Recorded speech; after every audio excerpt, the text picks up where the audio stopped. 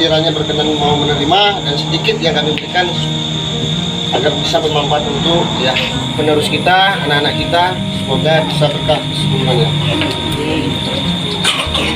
Terima kasih kami atas nama pimpinan LPI Istiqamatuddin Kampung Matang, Kecamatan Juluk, Kabupaten Aceh Timur, mengucapkan terima kasih kepada Bapak Kapolri dan di bawahnya Kapolres, Kapolda, dan diwakili oleh Bapak Kapolsek Juluk dalam hal ini menyampaikan ataupun memberikan bentuk Al-Quran sebagai wakaf kepada anak kami, sebagaimana nanti dapat dipergunakan di atas wakaf Al-Quran tersebut demi untuk mencerdaskan anak bangsa dan demi untuk memasyarakatkan Al-Quran kepada anak kita.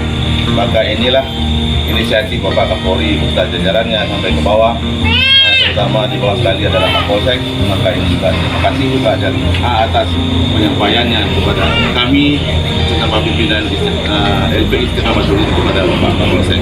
Terima kasih. Wassalamualaikum warahmatullahi wabarakatuh.